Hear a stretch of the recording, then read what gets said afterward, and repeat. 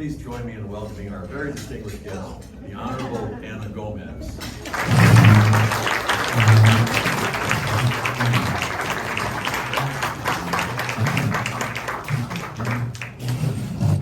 Thank you for that. I need to make that my size.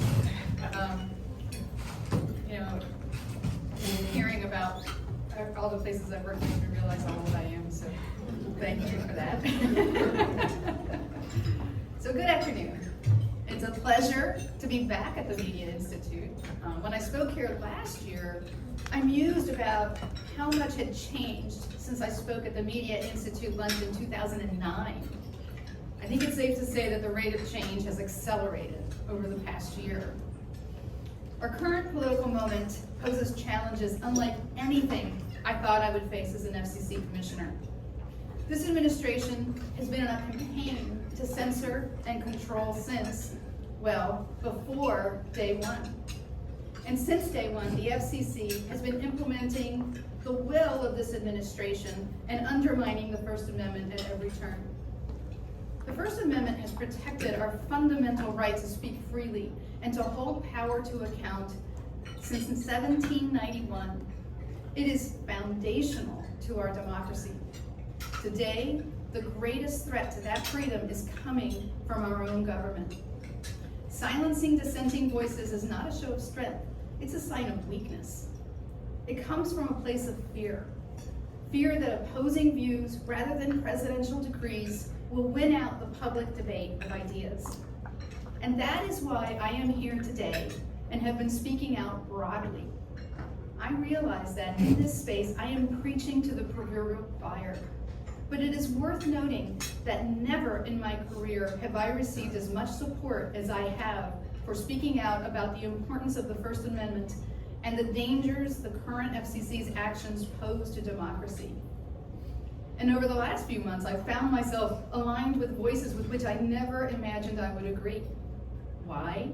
Because across the ideological spectrum, there remains a shared belief that the First Amendment is fundamental to democracy and is worth fighting for, even and especially when it's politically inconvenient. The administration's coordinated efforts to censor and control are manifesting in multiple ways.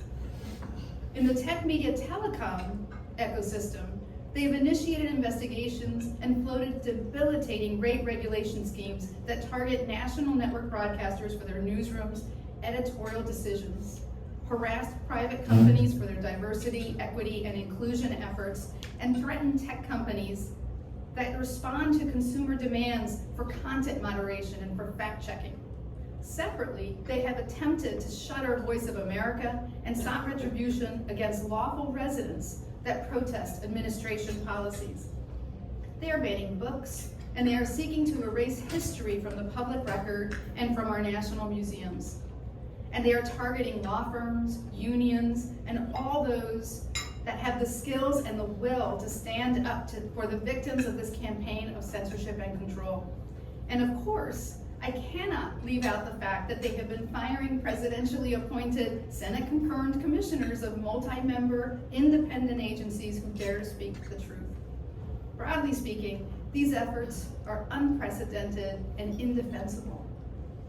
Today, I want to talk about the FCC actions that are antithetical to the goals of the Communications Act, the remit of the agency, and the guarantees of the First Amendment. Let's start with broadcasting. Last year at this luncheon, I made what I thought was an obvious statement. Our country needs press free from interference from regulators like me. Yet, here we are. The FCC's licensing authority is being weaponized to chill speech and to punish the press. We are witnessing a dangerous precedent, the transformation of an independent regulator into an instrument of political censorship. This FCC has made clear it will go after any news outlet that dares report the truth if that truth is unfavorable to this administration. This isn't the first time that the FCC has faced administration pressure to weaponize its broadcast licensing authority. In 1939, FDR named Larry Fly chairman of the FCC. No, I don't know Larry Fly.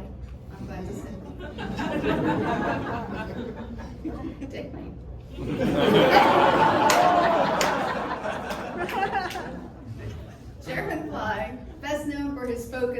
pressing monopolization of the airwaves, called attention to the fact that NBC and CBS could say what more than half of the people may or may not hear. And he underscored that democracy could not rest upon so frail a reed.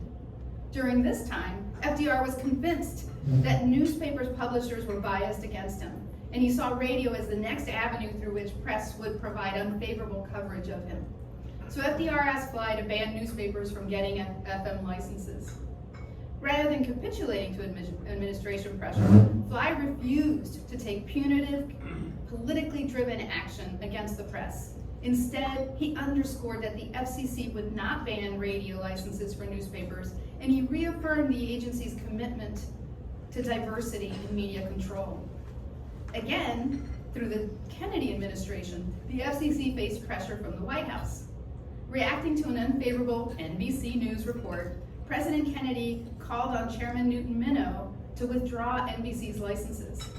And the next day, Minow told a Kennedy aide, "Tell the president he is lucky to have an FCC chairman who does not always do what he is told." Minow stood up against the weaponization of the agency's licensing authority, an action for which President Kennedy later thanked him. This is what courage looks like. FCC chairs refusing to wield the agency's licensing authority as a weapon in contravention of the First Amendment and the Communications Act, even in the face of political pressure. I want to be clear. In addition to undermining informed civic engagement, there are serious health and safety consequences to silencing broadcasters. Imagine your local TV or radio station goes dark because the FCC doesn't like something an anchor said. That's not just a media story, that's a threat to public safety. I've visited local TV and radio stations across the country and in a variety of communities.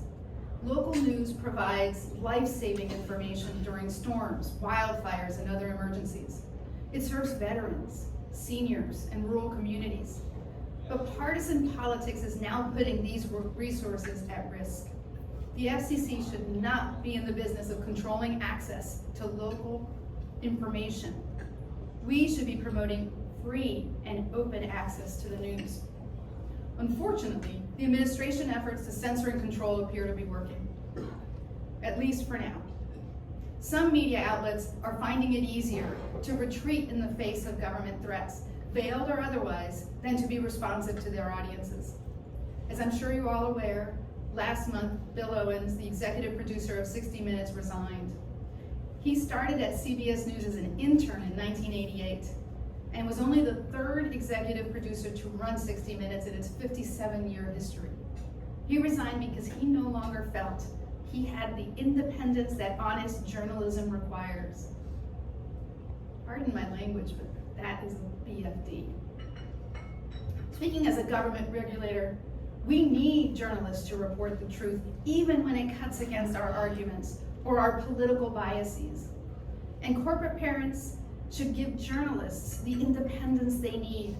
A free press requires free journalists. On the international front, Voice of America and Radio Marti were once models of press freedom in contrast to propaganda regimes like those of Russia and China. Efforts to shutter these institutions or to undermine their independence sends a global message. America no longer practices what it preaches. This is extremely concerning. The press is the fourth estate, the delicate system of checks and balances upon which the American democracy is built does not function without a free press. To the journalists out there, to not capitulate, continue to speak up and hold power to account. And a conversation about freedom of the press and censorship should include speech online. So I'm going to turn to online speech and the growing government effort to undermine Section 230. Just as the administration is attacking journalists that hold it to account, it is attacking digital media platforms that provide fact-checking and content moderation its users want. Claiming such user-supported moderation constitutes censorship, the administration has pressured social media companies to stop these practices. One tool it is using in this effort is the threat that the Commission reinterpret or adopt rules regarding Section 230. But as the Supreme Court has held, moderation by private companies is itself a form of speech that is protected by the First Amendment. When online platforms respond to their users' demands by moderating content in specific ways, they're not censoring, they're exercising their right to speech. Fact-checking, filtering, and moderation are all legitimate responses to user demand. The government's duty under the First Amendment isn't to second-guess these market offerings, it's to stay out of the way. I acknowledge that there's many valid concerns about how we engage in the proverbial digital town square, and Congress may well determine Section 230 needs reform. Until that happens, however, Section 230 plays a critical role by providing digital platforms with the ability to establish rules of behavior in their own little corners of the internet. By permitting digital platforms to set up rules to moderate the content that users post, they are able to offer unique features and experiences that attract customers. If a digital platform has a specific vision for social discourse that it wants to make available to consumers, including allowing users to deploy their own choices of content moderation tools, Section 230 and the First Amendment allow it to create the world and to offer it as a service to the public. FCC proposals to weaponize Section 230, however, are not efforts to solve the widely recognized problems with online platforms. They are attempts to increase government control of online speech by exposing platforms that want to facilitate user-supported fact-checking or create welcoming online environments to debilitating lawsuits. This is not about reining in big tech. This is about censorship. Let's review. This administration's ongoing campaign of censorship and control is not only chilling speech, but it is also attempting to control who gets to speak. Another example of this attempt to control is punishing private companies for their fair hiring practices. I've always believed that your first action in any role reveals your priorities. This FCC's first action was not about closing the digital divide or protecting network security. No, its first move was to eliminate anything that even resembled diversity, equity, and inclusion. We've seen attempts to micromanage employment practices within private media companies, including threatening to impose heavy regulatory burdens on companies that require the FCC's approval of their transactions. These actions are not only wrong, but they also jeopardize economic growth in the name of ideological purity. Perhaps more alarmingly, these steps have been disguised as an effort to protect the public interest and produce proof of invidious discrimination. When this comes down to is that this FCC is asserting that fairness for all requires discrimination against some, and that's just not right. These are not good faith regulatory efforts. These are intimidation tactics meant to control who gets to speak, and they are antithetical to our core mission. The Communications Act created the Federal Communications Commission for the purpose of, and I quote, regulating interstate and foreign commerce and communication by wire and radio so as to make available so far as possible to all the people of the United States without discrimination on the basis of race, color, religion, national origin, or sex, a rapid, efficient, nationwide and worldwide wire and radio communication service. Efforts from the private sector to support diversity of voices in media support the foundational mission of the FCC. And finally, in the vein of government control run amok, I want to talk about one more critical topic. Here's something I never thought I would have to say in a speech. We must protect the independence of independent agencies. The FCC is supposed to make decisions based on law, facts, and its technical expertise, not politics. We take our direction from the Constitution, the law, and the public. That is what Congress intended. When Congress considered the establishment of a Federal Radio Commission in the late 1920s, it considered the possibility of vesting power in the Secretary of Commerce alone. This idea, however, was struck down, and it was struck down specifically because Congress feared that a single individual subject to political control would possess too much control himself over who could operate the cutting-edge communications technology of the time, which was radio. Ultimately, after deliberating, Congress concluded that a multi-member commission was the best choice. As Commerce Secretary Herbert Hoover testified to Congress, we cannot allow any single person or group to place themselves in a position where they can censor the material which shall be broadcast. The relationship between the power vested in the FCC and the duty to uphold First Amendment rights was unambiguous from the inception of the agency. When Congress later amended the Federal Radio Commission to create the Federal Communications Commission, that's a lot of words, it once again chose to vest authority in a multi-member, independent agency. Congress's message to us could not be clearer. The FCC was designed to be an independent expert agency led by a multi-member, multi-party commission. While the FCC commissioners have had policy disagreements across the agency's history, by and large, we've understood the responsibility of ensuring that those outside look to us as a stable, independent, expert-driven regulatory body. Problematically, we've seen at other independent agencies such as the Federal Trade Commission, the Consumer Product Safety Commission, and the Equal Employment Opportunity Commission, when minority commissioners dissent, they are marginalized or worse, fired. It is vividly illustrative that even when this administration holds so much power, it cannot tolerate disagreement or dissent. And that is why it continues to chip away at First Amendment rights. So to address this issue, I've launched a First Amendment tour to challenge government censorship and control. In partnership with consumer and civil society organizations across the ideological spectrum, I am hosting and participating in speaking engagements and listening sessions focused on protecting the rights and freedoms enshrined in our First Amendment. I refuse to stay quiet while the government weaponizes its regulatory tools to undermine the First Amendment. This is how I'm using my voice. I encourage you to use yours too. And if I'm removed from my seat on the commission, let it be said plainly, it wasn't because I failed to do my job. It's because I insisted on doing it. Thank you.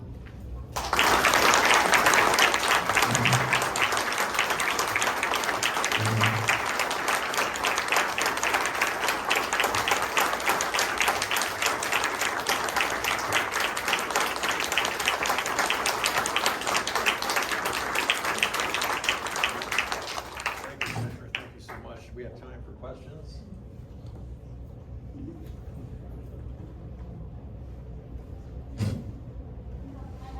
We have one in the back. Lynn Stanton, you're the other. Are there ways that you currently are feeling marginalized at the commission? That's a very good question. I would say that I am at the commission acting as prior minority commissioners were acting. What concerns me, of course, is that a lot of the actions that are being taken are not being taken at the commission level. They're all being taken at the bureau level. And that's probably for a good reason, because I don't think we would be voting to adopt a lot of what's happening right now. The others? Well, Commissioner, I think you said it all. And thank you for that clarion call to uphold and support the First Amendment. As you know, it's one of the primary functions of the Media Institute, and we appreciate you speaking out in favor of those principles.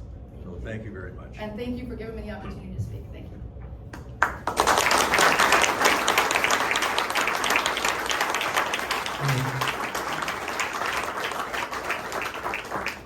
Thank you all for being here. We hope to see you back here at the Grand Hyatt on June 24th with Chairman Brett Guthrie. Thank you very much.